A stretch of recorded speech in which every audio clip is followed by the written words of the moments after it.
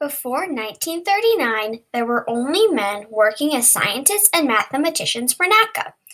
In 1943, at NACA's Langley campus in Hampton, Virginia, Dorothy Vaughan broke the color barrier and was hired as the first African American mathematician for NACA. 6 years later, Vaughan was promoted and became the first African American supervisor. Dorothy Vaughan and many other computers helped calculate trajectories for major space flights and created more jobs for women who wanted to work as mathematicians and scientists.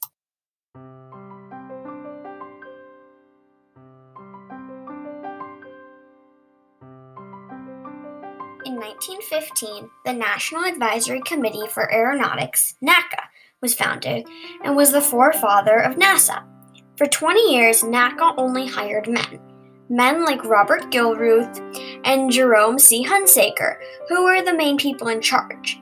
Many women also wanted to be scientists and mathematicians for NACA, but at the time, women were not granted the same opportunities and education as men.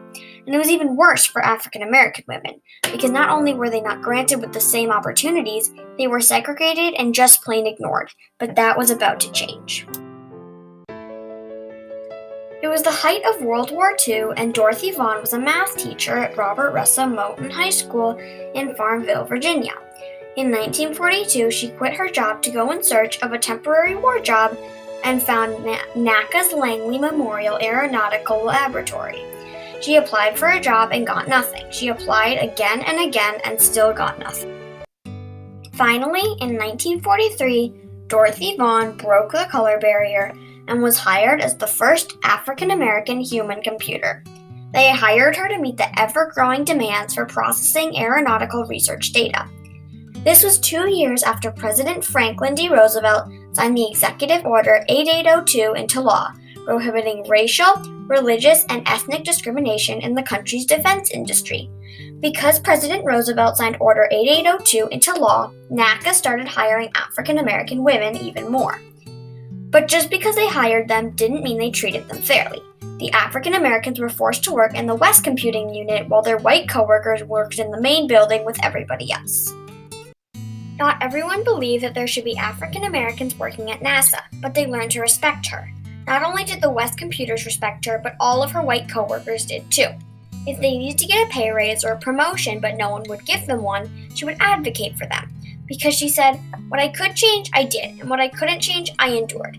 Dorothy Vaughan knew that the age of technology was coming for NASA, and she knew her and her fellow computers' days were numbered, so she set to work teaching herself a programming language called Fortran. She taught it to the other African Americans too to make sure they got the same opportunities as she did. For years, nobody knew who Dorothy Vaughan or any of the other computers were until Margot Lee Shetterly wrote Hidden Figures. She calculated trajectories and helped launch so many flights, yet she was invisible. Now people know who she is and how much work she did for NASA. She also inspired many women to work in this field and become mathematicians, scientists, and even astronauts.